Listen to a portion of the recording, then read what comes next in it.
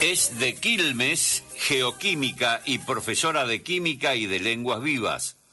Con pasión por la docencia quiere, con su estudio y 25 años de experiencia, enseñar nuestro idioma y la cultura hispanohablante a sus alumnos polacos. Vive en Polonia y se llama Elena Korś. A ella la saludamos. Hola Elena, Omar Mané desde LT8 de Rosario. Muy buenos días y buen domingo. Hola, ¿qué tal, Omar? Perdón, buenas tardes a todos. ¿Qué tal, Elena? ¿Cómo estás? Muchas gracias. Estás viviendo en... Bien, muy bien. En Cieszyn. ¿Cómo se pronuncia tu ciudad o tu pueblo? Cieszyn. ¿Cómo? Se pronuncia Cieszyn. Que es una localidad... En el estado de Silesia, aquí en Polonia. Ajá. Sur de Polonia, en la frontera con República Checa.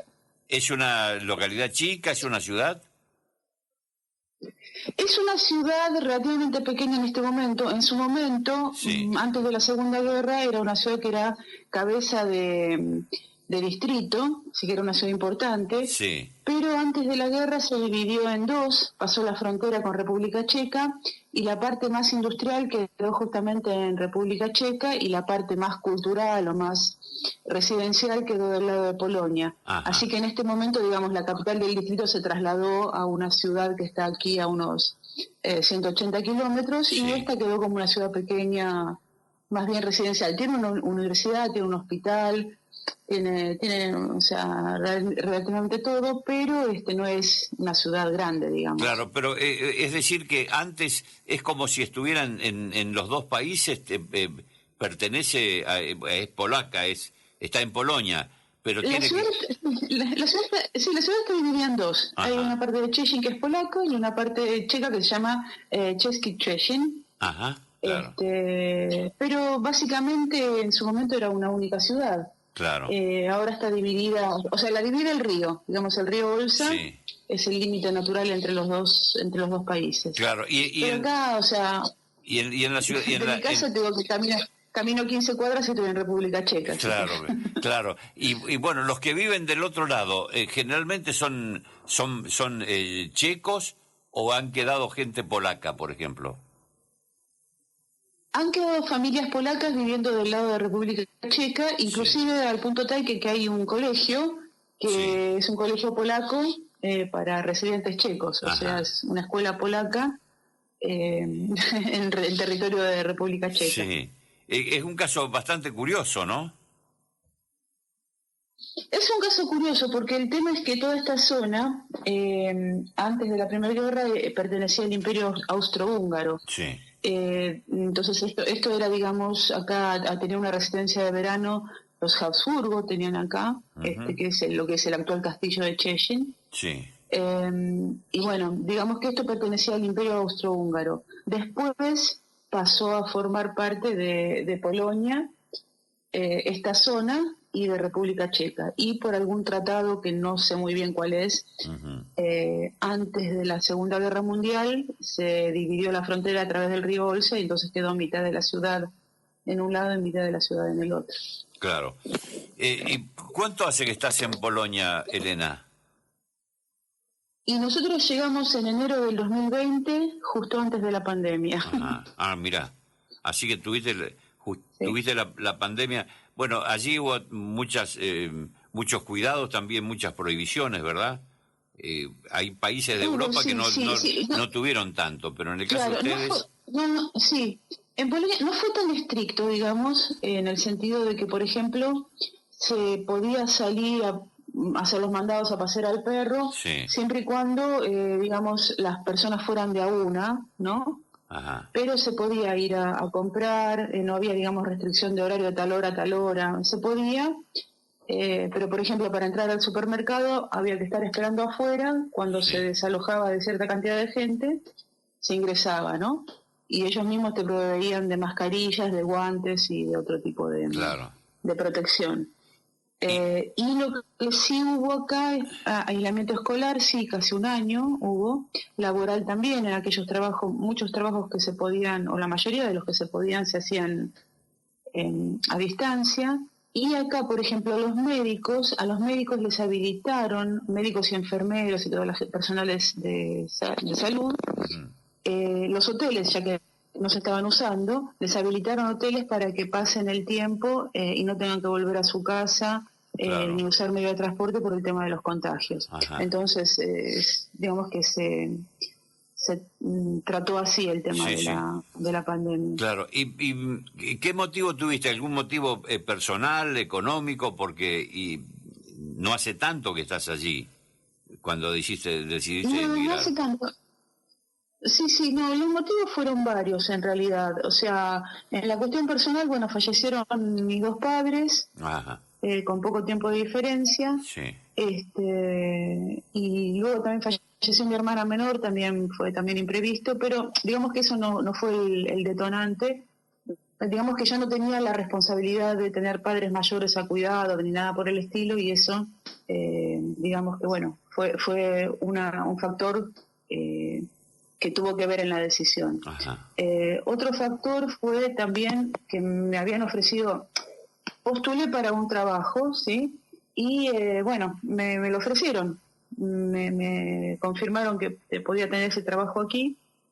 Y el tercero, y por ahí más importante, fue el tema de que mi marido sí se quedó sin trabajo. El de él era un área muy específica, y por la edad que tenía y todo ya era prácticamente imposible. O sea, conseguía trabajo, pero de esos trabajos que te tienen durante 3 meses a prueba, Sí. y después te dicen no, gracias. Claro.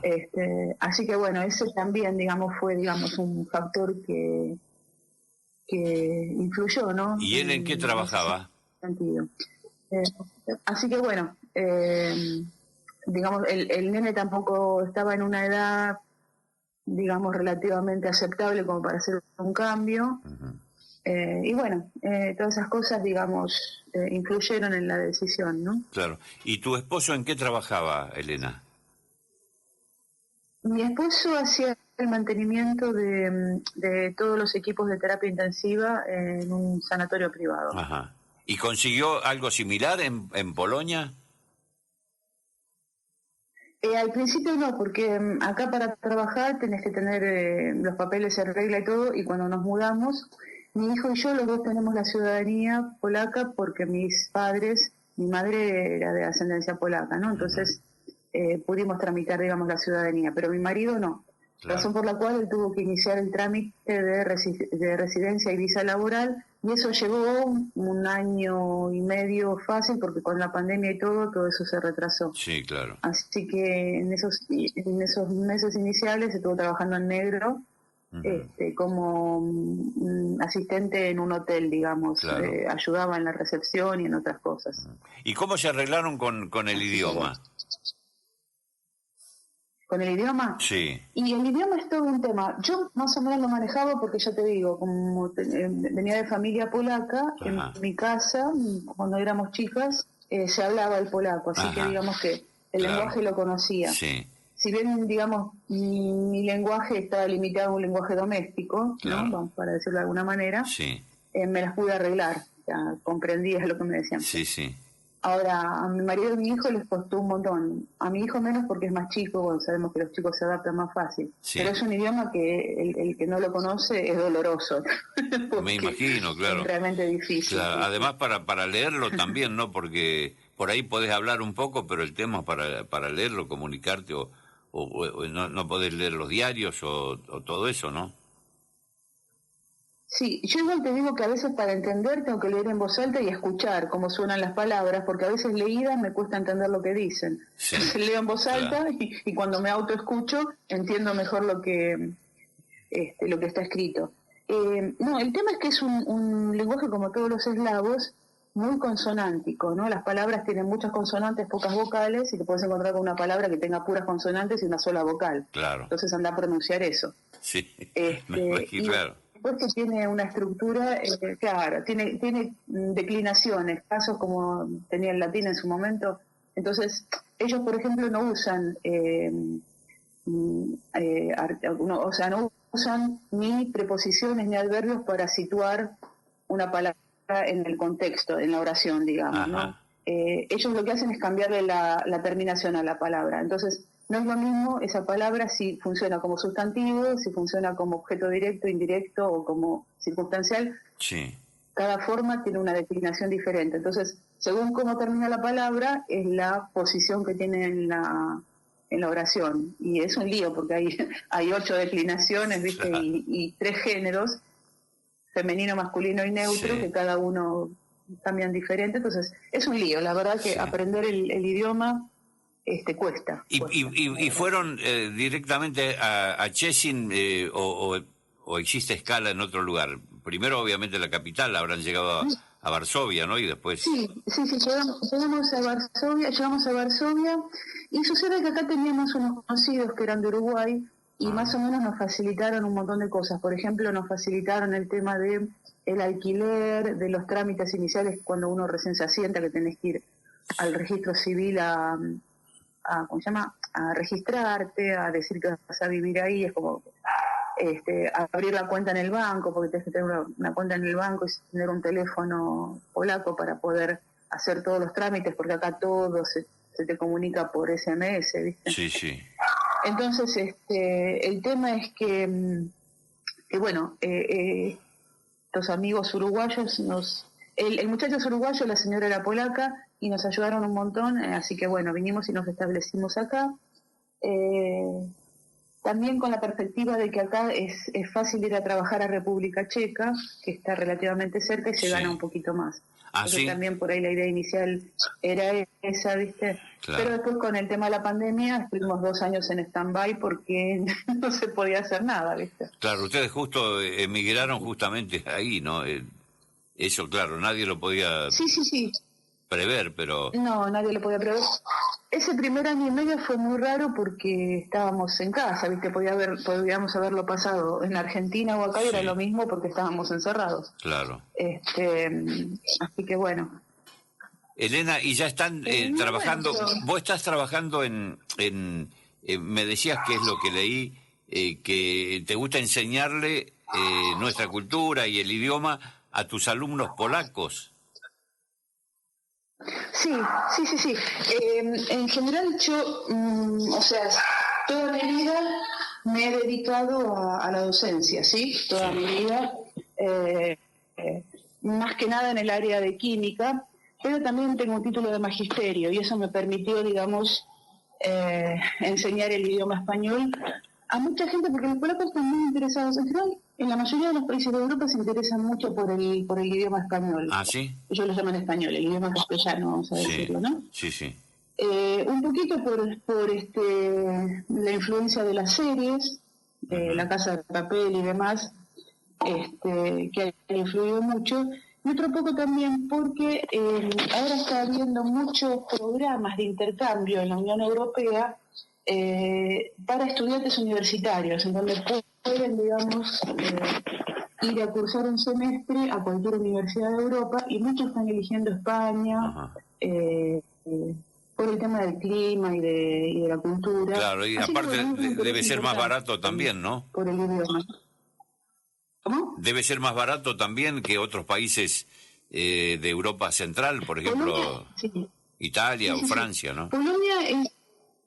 Sí, por el simple hecho de que aquí todavía no manejan el euro. Aquí todavía se maneja la moneda local, que es el zloty, zloty, ¿sí? Zloty. Uno lo traduce.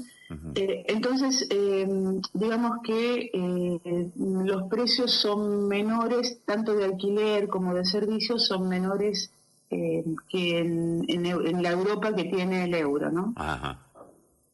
Y con el respecto a la inflación, porque, bueno, Varsovia fue uno de los países que más apoyó a Ucrania luego de la invasión de Rusia, ¿no?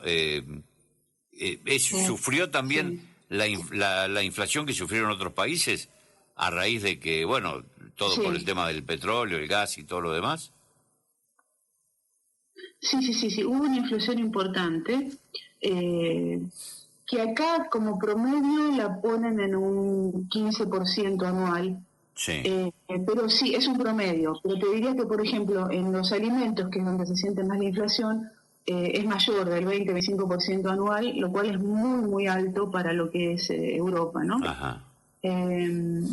Otras cosas no, por ejemplo, el petróleo está, digamos, oscila entre el euro con 30 y el euro con 60, depende de la época, pero no ha variado mucho de ese rango, el litro de nafta, digamos, ¿no? Sí. Y los servicios sí se han incrementado, lo que es luz, gas y agua, eso ha subido bastante. Se nota en invierno cuando uno tiene que usar la calefacción. Claro. Ahí se nota el sacudón, ¿no? El tema es que recién este año, a la cosa de un mes, se subieron un poco los salarios. Hubo un acuerdo y hubo una suba de salarios, pero hasta enero de este año los salarios estaban como hace 2 años, mientras que había habido una inflación, razón por la cual mucha gente se iba a trabajar a Alemania o a otros países donde ganaba un poco más. Claro. Bueno, ahora, la inflación es constante. Vos me decías de los supermercados, por ejemplo, que tienen una inflación promedio de un 15%, pero ¿va en ascenso o se quedó en ese índice? ¿Sigue aumentando todo? No, es como que hay aumento, yo diría, por ahí te aumentará, como para darte una idea, más o menos un 0,5% cada 3, 4 meses, ¿sí? Ese es el reajuste que hacen. Pero hay muchas cosas que después vuelven para atrás. Entonces, no es que por ahí ponerle que la leche te sube a un precio y ya no baja más de ese precio. Después por ahí te baja. Claro. Lo mismo con, bueno, la fruta y la verdura sí, porque son de estación.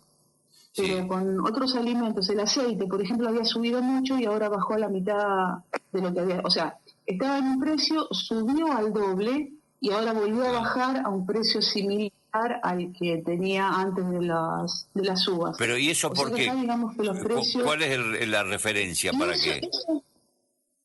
¿Y sabés por qué? Porque acá no hay monopolios. Entonces, claro. Vos tenés grandes distribuidoras de alimentos, ¿sí? Que compiten. Claro, que compiten con pequeñas cooperativas y que compiten con productos que vienen del resto de la Unión Europea. Sí. Porque acá vos tenés, por ejemplo, en esta ciudad que es pequeña, vos tenés 4 supermercados, de los cuales uno es local, es polaco, y los otros 3 son extranjeros. Uno es alemán, el otro es francés y el otro no sé de dónde es, pero tampoco es polaco. Sí. Entonces ellos también tienen sus marcas, ponerle como, no quiero hacer propaganda, pero ponerle como si fuera Coto, ¿no? Sí, que tiene su propia marca. Entonces ahí te compiten porque te bajan el precio, entonces vos podés elegir y no hay tampoco tanta diferencia de calidad entre lo que es la primera marca y lo que es un producto de cooperativa. Claro. Entonces, ahí es donde por ahí yo veo que se hace la diferencia. Si la manteca más cara te sube al doble, vos siempre tenés la opción de comprar una manteca, ponele, de una segunda marca, precio y de buena calidad, claro, de una marca más chica. Bueno, pero eso es comparado con nuestra situación, es un fenómeno. No digo por la inflación, porque esta inflación nuestra es para estudiar. Digamos, el hecho de que suban los alimentos y luego bajen. Acá tenemos el patrón, ponele que puede ser el dólar. Bueno, el dólar sube y te venden el café a un precio porque dicen, claro, es importado. Pero después el dólar baja y no baja el café. Y pasa lo mismo con... Y también hay competencia de supermercado, como vos sabés. Pero hay una cadena de proveedores de intermediación que no afloja y son los que se mantienen y cada vez más arriba, ¿no? Claro, yo no sé, la verdad que no se entiende muy bien dónde está el problema ahí, porque mira, justamente ayer estaba hablando con mis suegros que viven ahí en Argentina y me decían que el cuarto de café está el equivalente, no sé, como a $20, ¿no? Claro. Alguna cosa por el estilo. Bueno, eso, claro, subió cuando el dólar llegó a 1.300, pero bueno, ahora bajó, claro, está bajando. Pero me dijo, claro, no, pero me dijo que más o menos está cerca de 20.000 pesos el cuarto kilo de café, ¿no? Sí, muy caro. Una cosa así. Sí. Bueno, acá eso es lo que sale, o sea, ponerle que el kilo acá estará $25, el kilo. Y acá no hay producción cercana de café. Acá te lo traen de Arabia, te lo traen de Brasil, te lo traen de Colombia, te lo traen de Etiopía. Y acá está $25 el kilo. ¿Cómo puede ser que en Argentina, que es vecino de Brasil y vecino de Colombia, esté ese precio? No bueno, está esa cadena que no se puede neutralizar, que seguramente es la intermediación, ¿no? Pasa de una mano a otra y bueno, llega. La cuestión es que en las góndolas los que sufrimos lo que estamos comprando en el supermercado, no en el comercio mayorista por ahí. No, por Elena, supuesto que siempre el que sufre es el consumidor. claro. Con respecto a otras ciudades, por ejemplo, Varsovia, como todas las capitales, seguramente es más caro que el interior de Polonia, ¿no? Que donde están ustedes. Sí. Las ciudades más importantes son más caras a nivel de lo que cuesta, por ejemplo, el alquiler, los servicios, inclusive te podría decir que también las tarifas de los transportes públicos. Ajá. Que acá en Europa no es barato el transporte público. ¿No? O sea, ninguna ciudad de Europa es barato. El precio del boleto ronda alrededor de $1, ¿sí? En cualquier ciudad, en cualquier país. Francia es un poco más caro, y por ahí, acá Polonia un poquito menos que el dólar, pero eso es lo que sale, el viaje. Claro. Sin embargo, bueno, en las ciudades más importantes es más caro alquilar, por ejemplo, es más caro los servicios, pero también es cierto que se gana más. Claro, y Polonia es un hay país diferencia de salarios, ¿no? políticamente... Y además también hay más plazas de trabajo. Claro. Elena, Polonia es un país políticamente estable, está muy politizado el polaco medio, por ejemplo, como lo estamos aquí, o están más tranquilos en ese aspecto. Está politizado en el sentido de que hay dos grandes corrientes de pensamiento o corrientes ideológicas, ¿no? Sí. Una que es la que está a favor del gobierno de Duda, que es el que se está yendo, y otro que, digamos, es el partido contrario. Lo que tiene el partido que está actualmente en el gobierno es que es un partido ultracatólico, ultraconservador, muy influenciado por las opiniones de la iglesia, pero no es una iglesia como la iglesia argentina, que por ahí está cercana a la gente y todo. Es una iglesia que tiene más, como que es mucho más conservadora, la asocio más parecido a lo que es el pensamiento del Opus Dei, ¿no? Sí. Y bueno, muchas decisiones están influenciadas por el tema de la iglesia. Ajá. Entonces, bueno, hay gente que es ultranacionalista, ¿no? Claro. Defensora de esta postura, y los que están en contra porque quieren una postura más abierta y más, con más tolerancia. Ajá. Hay inclusive divisiones en las familias, pero no se llega al grado de pelea como puede llegar a haber en Argentina, en donde las personas que fueron amigas de toda la vida se pueden llegar a distanciar por una grieta, digamos. Ahora, el partido opositor, es más liberal, es más a la izquierda, digamos, el que va a competir ahora en las próximas elecciones. Sí, estaría más tirando para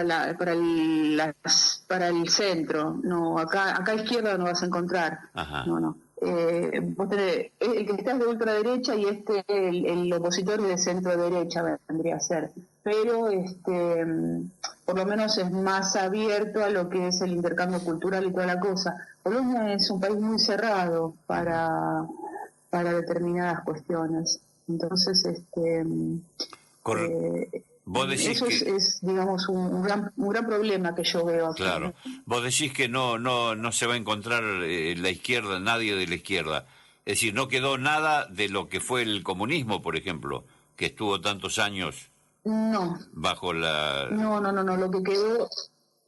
te digo que el sentimiento polaco, o sea, le tienen como más inquina a la palabra comunismo y a lo que fue la Unión Soviética, que inclusive al nazismo. Ah, ¿sí? Si vos pones sí. Creo que los detestan en igual forma, y más te diría inclusive al comunismo que al nazismo.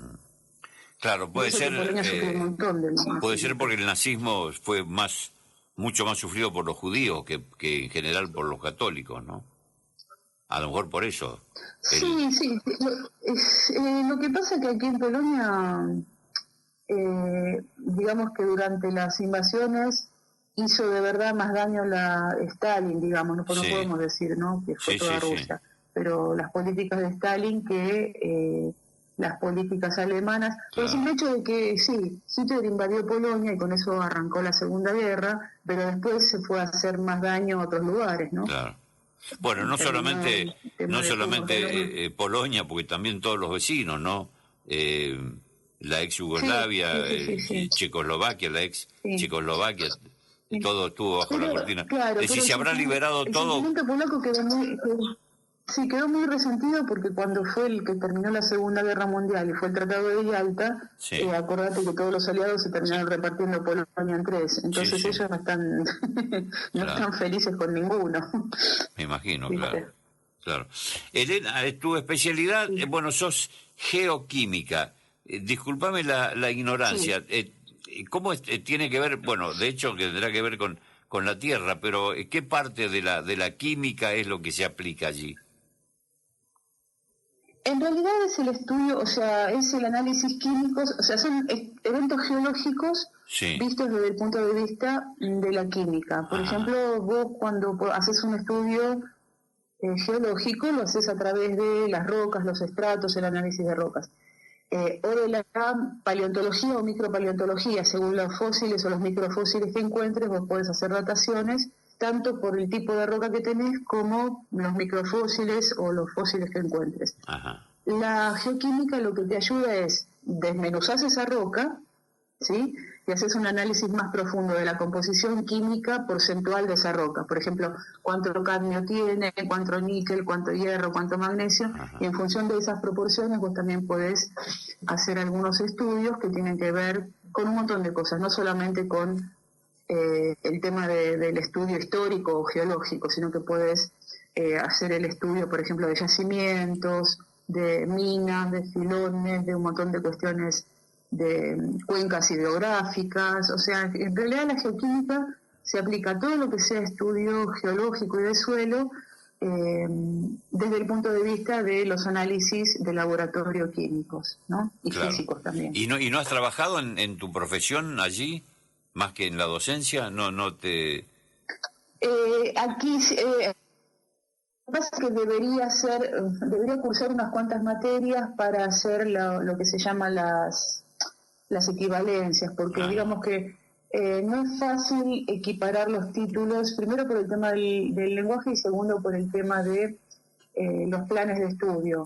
Tendría que encontrar una universidad que tenga un plan de estudio parecido al que tuvo la universidad donde yo me recibí, y ahí, digamos, tratar de ver qué materias me faltarían y hacer como equivalencias, ese tipo de cuestiones. Lo debería hacer, pero en realidad le tendría que dedicar bastante tiempo. Y no sé si, porque yo tampoco tengo 20 años, estoy más cerca por ahí de llegar a la edad jubilatoria que de trabajar más. Y no sé si por ahí se justifica que esté 7 años estudiando para después trabajar menos de 10 años en eso, ¿viste? Entonces... Muy bien, Elena. Me gustaría, pero en el momento... sí. Claro, no, te decía, antes de saludarte, porque estamos llegando al final, justamente una oyente o un oyente me dice, ¿por qué no le preguntás cómo nos ven en Polonia? Es buen detalle, la verdad que no generalmente no pregunto cómo nos ven, pero bueno, seguramente tendrás amigos polacos o gente polaca y tendrás su impresión, ¿no? Sí. Mira, no hay mucho conocimiento sobre lo que es Argentina como Argentina en sí, salvo por ahí Messi, Maradona, Sí, o el y Papa. ahora, nos guste o no nos guste, ahora Milei porque está haciendo un personaje que recorre el mundo, ¿viste? Sí. Pero digamos que lo que acá se tiene, por lo menos en Polonia, porque como te digo, es un país un poquito cerrado en ese sentido, Sí. no es un país que ha tenido mucho intercambio. Sí hubo muchos polacos que emigraron a Polonia, entonces todos tienen algún conocido que tiene un pariente o un pariente mismo que emigró a Sudamérica. Claro. Pero no tienen mucho conocimiento en sí de lo que es el argentino en sí. Sí. Entonces, ellos tienen como una idea de lo que es el latinoamericano, ¿sí? Claro. Más parecido a lo que puede ser México o a lo que puede ser Colombia, que acá hay muchos colombianos, ¿no?, que vienen Sí. a trabajar, lo que puede ser Cuba. Entonces, tienen ese concepto de latinoamericano, centroamericano, caribeño, ¿no? Sí, sí, sí. Entonces, vos le tenés que decir que, bueno, que en realidad en Argentina la realidad es otra, porque nosotros, Sí. si bien tenemos mucha gente que tiene Sí, pero nada que ver con, ascendencia claro. autóctona, Claro. también una buena parte son europeos, entonces Sí, digamos sí. que la idiosincrasia argentina es un poquito diferente, inclusive la cultura de Argentina es un poquito diferente a la del resto de Latinoamérica, que nosotros no nos pasamos ni bailando tango, ni bailando salsa, Sí. o sea, por ahí tienen esa... Así es. Ni somos todos de cabello oscuro y así redondeados. Sí, las fisonomías digamos, son como distintas ellos de acuerdo a son la voluptuosos, ¿no? de acuerdo a la región. Entonces, bueno, pero digamos, tienen mucha curiosidad, tienen mucho respeto por lo que es la cultura latinoamericana. Y diría que inclusive más respeto que cualquier otra procedencia. Por ejemplo, más que lo que es Oriente, lo que es Asia, Japón, o sea, están más interesados en lo que es la cultura latinoamericana que otras. Claro. ¿Sí? Muy bien, Elena. Preguntan, tienen mucha curiosidad.